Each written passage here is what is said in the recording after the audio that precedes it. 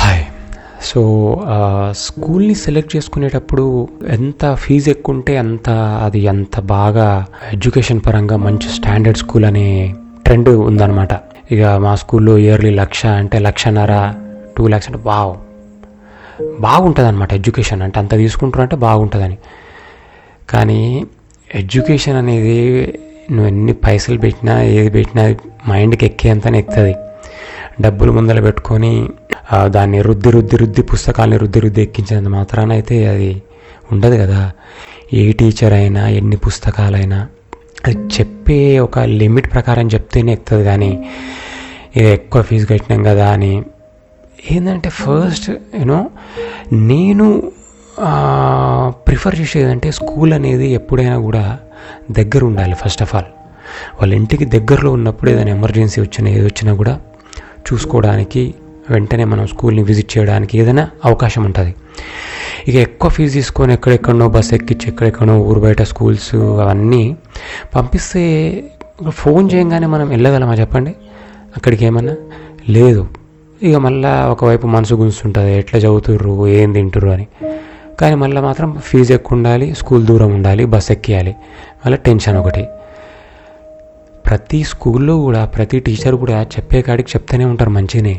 ఏంటంటే మన మైండ్ ఏంటంటే దానికి తృప్తి పడక, మనం ఎట్లయితే వేరే విషయాల్లో తృప్తి పడకుండా ఉంటామో పిల్లల స్కూల్ విషయంలో కూడా వాళ్ళు బాగానే చదువుతారు, వాళ్ళకి మంచిగానే ఉంటుంది ఆ స్కూల్లో. కానీ వాళ్ళకి ఇష్టం ఉన్నా లేకపోయినా పెద్ద స్కూల్లో వేసి వాళ్ళ ఫ్రెండ్స్ అందరు కూడా ఈ స్కూల్లో ఉంటారు, వాళ్ళని అందరినీ కూడా డివైడ్ చేసి లేదా నువ్వు ఆ స్కూల్ పోవాలని చెప్పేసి పంపించి అట్లా ఎక్కువ ఫీజు కట్టి అది. కానీ అసలు ఏది కరెక్ట్ ఏదైనా ఆలోచిస్తేనే అర్థమవుతుంది. అది ఆలోచిస్తారు కానీ ఏంటంటే మనసుకు తృప్తి ఉండదు. మంచిగా ఉన్నా కూడా నేను వీళ్ళ విషయంలో తప్పు చేస్తున్నానేమో, మంచి ఎడ్యుకేషన్ ఇస్తలేనేమో అనే అపోహలు ఉంటారు. నో, ప్రతి తల్లిదండ్రి కూడా వాళ్ళ పిల్లలకు మంచి ఇవ్వాలని ఆలోచిస్తారు. అంతకు మించి ఇంకా ఆలోచించడమే వేస్ట్. ఒక లిమిట్కి మించి ఇంకా బాగా ఇవ్వాలని ఆలోచించడమే తప్పనమాట. ఎవరైనా కూడా మంచిగా ఇస్తారో అంతవరకు చాలు. ఎప్పుడైతే ఆ తృప్తి అనేది ఉండదో, ఆశ అనేది ఇంటర్నల్గా వచ్చేస్తుంటుందో ఇంకా మంచిగా ఇస్తే బాగుంటుంది అనేది, ఏదైనా ఒక స్టెప్ బై స్టెప్ ఇవ్వాలి అంతే. ఒకటేసారి ఒక హైఫై ఎడ్యుకేషన్ అంటే ఏజ్ బట్టి అది వస్తుంటుంది అంతే. మనం తొందరపడి వాళ్ళకి ఏదో లక్షలు కట్టి మళ్ళీ వాళ్ళ మీద ఏడుపులు లక్షలు గుంజుతున్నారని నువ్వే తీసుకుపోయినావు ఆ స్కూల్కి కాబట్టి లక్షలు గుంజుతున్నారు.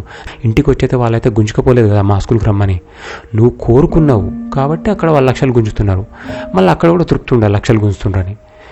ఎట్లా చెప్పండి అసలు? హౌ ఎన్ని రకాలుగా ఆలోచిస్తే. సో ఎనీవేస్ అట్లా ఉంటాయన్నమాట థాట్స్ అనేవి. Yeah, thank you.